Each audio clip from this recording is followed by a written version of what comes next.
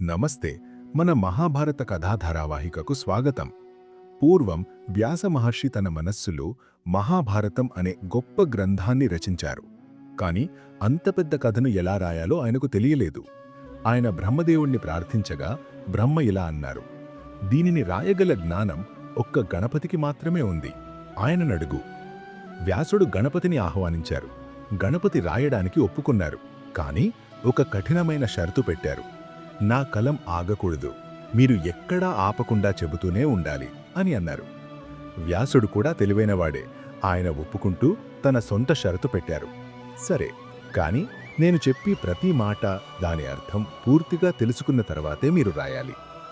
గణపతి నవ్వి ఆ షరతుకు ఒప్పుకున్నారు. అలా ఆ మహాగ్రంథ రచన మొదలైంది. వ్యాసుడికి కొత్త శ్లోకాలు ఆలోచించడానికి సమయం కావాల్సి వచ్చినప్పుడు ఆయన వెంటనే ఒక కఠినమైన సంక్లిష్టమైన శ్లోకాన్ని చెప్పేవారు. గణపతి దాని లోతైన అర్థాన్ని తెలుసుకోవడానికి కాసేపు ఆగినప్పుడు వ్యాసుడు తన మనస్సులో మరిన్ని శ్లోకాలను సిద్ధం చేసుకునేవారు. ఇలా అద్భుతమైన మహాభారతం వ్రాయబడింది. ఆ రోజుల్లో ముద్రణా యంత్రాలు లేవు.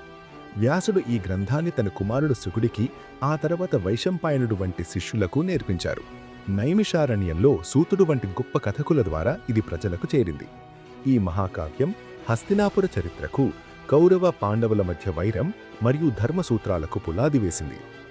హస్తినాపుర మొదటి రాజులు ఎవరు? మనం తర్వాతి అధ్యాయం దేవవ్రతుడలో తెలుసుకుందాం. మీకు తర్వాతి ఎపిసోడ్ కావాలంటే దయచేసి ఈ వీడియోను లైక్ చేయండి మరియు సబ్స్క్రైబ్ చేయండి. మళ్ళీ కలుద్దాం.